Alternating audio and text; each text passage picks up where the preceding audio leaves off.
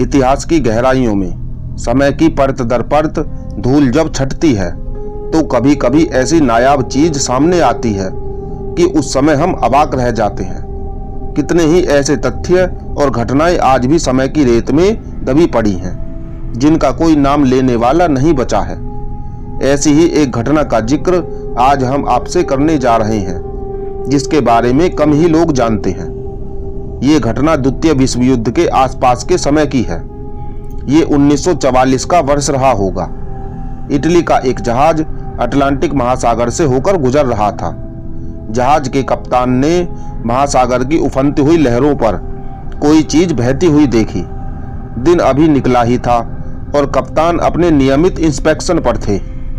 बहने वाली वस्तु ने उनके मस्तिष्क में कौतूहल उत्पन्न कर दिया। अपने आदमियों को आदेश देकर उन्होंने समंदर से उस वस्तु को अपने जहाज में उठवा लिया। जहाज पर आते ही उसे देखने वालों की भीड़ लग गई। वो दरअसल लकड़ी की बनी हुई एक अत्यंत सुंदर स्त्री की प्रतिमा थी। बनी हुई तो वो लकड़ी की ही प्रतीत हो रही थी, लेकिन उस पर समंदर के खारे पानी का या अन्य किसी आघात का कोई चिन्ह नहीं दिखाई पड़ रहा था।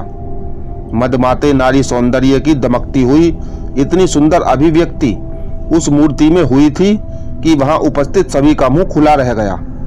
सभी मंत्रमुग्ध हुए बस उसे ही देखे जा रहे थे। प्रतिमा के नीचे बने लकड़ी के चौखट पर उसका नाम अंकित था, एटलांस। थोड़ी देर तक अफरा तफरी के माहौल के बाद अचानक से दो नाविक उस प्रतिमा पर आसक्त होकर अपना मानसिक संतुलन खो बैठे। अपने मुंह से कुछ बुदबुदाते हुए उन्होंने अपने हाथ पैर अजीब तरीके से हिलाए और फिर समंदर में छलांग लगा दी। जहाज का कप्तान समझदार था। उसने स्थिति की गंभीरता को समझने में देर नहीं लगाई।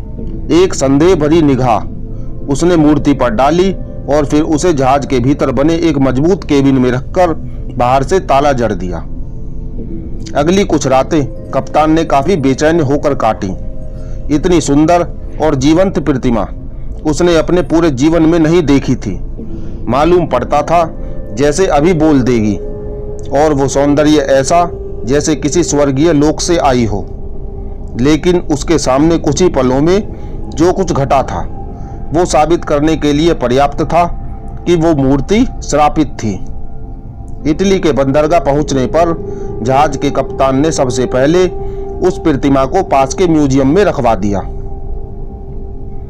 उस प्रतिमा में आकर्षण इतना प्रचंड था कि वहां उस म्यूजियम में भी उस प्रतिमा को देखने के लिए भयंकर भीड़ इकट्ठा होने लगी। आप शायद विश्वास न करें, लेकिन कितने ही लोग म्यूजियम में उस प्रतिमा को देखकर पागल हो गए।